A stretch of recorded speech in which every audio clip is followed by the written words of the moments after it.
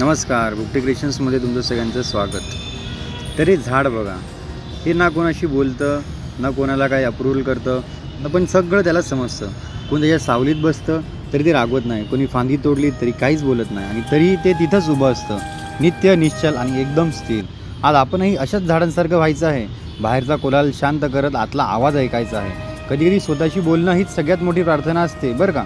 विचार करा, आपण दररोज कोणासाठी पळतो? पैशासाठी की मान सन्मानासाठी की कोणाला इम्प्रेस करण्यासाठी की कोणाचा आपण अप्रूव्हल आहेत म्हणून? पण हे झाड सांगतं की फक्त उभं राहा स्वतःसारखं, कोणालाही इम्प्रेस करू नको, शांत राहा, स्थिर राहा आणि स्वतःला समजून घे. भाऊ, आपण खूप काही गमावतो फक्त बिझी राहून, पण हे जीवन आहे भाऊ, रुटीन नाही. मनाच्या जंगलात शिरा एकदा, मनाच्या एकदम खोल विचार करा, सगळं तिथेच उत्तरं मिळतात. झाड जसं रुजतं तसंच आपलं विचारांचं झाडही रुजतं. फक्त थोडं थांबा, श्वास घ्या आणि स्वतःशी बोला. जय श्रीराम.